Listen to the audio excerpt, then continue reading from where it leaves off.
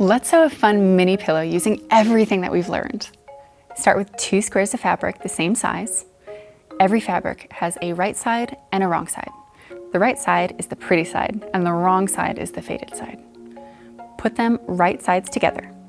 You'll need to leave space on one edge, about 3 fingers wide. Using a pencil, mark the opening. I'm going to call this the gate.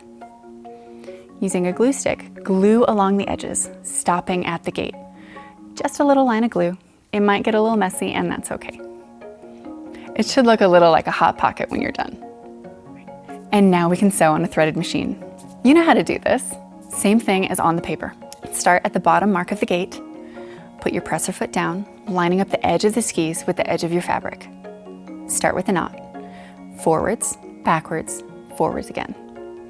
When you get close to the corner, slow way down and use the hand crank instead of the pedal. At the corner, put your needle down, lift the presser foot up, and turn your fabric. Put your presser foot back down, line up the edge of the fabric with the edge of the presser foot, and keep sewing. Do this at each corner.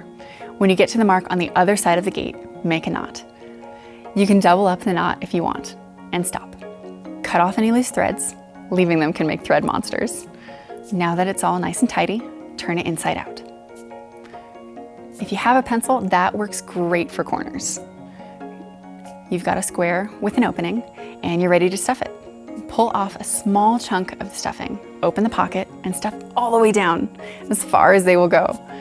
Try and get them into the corners. You're going to want to leave a little space at the top. You don't want it overflowing. To close it up, tuck the edges in, pinch together, and hold it tight. Take it over to the machine.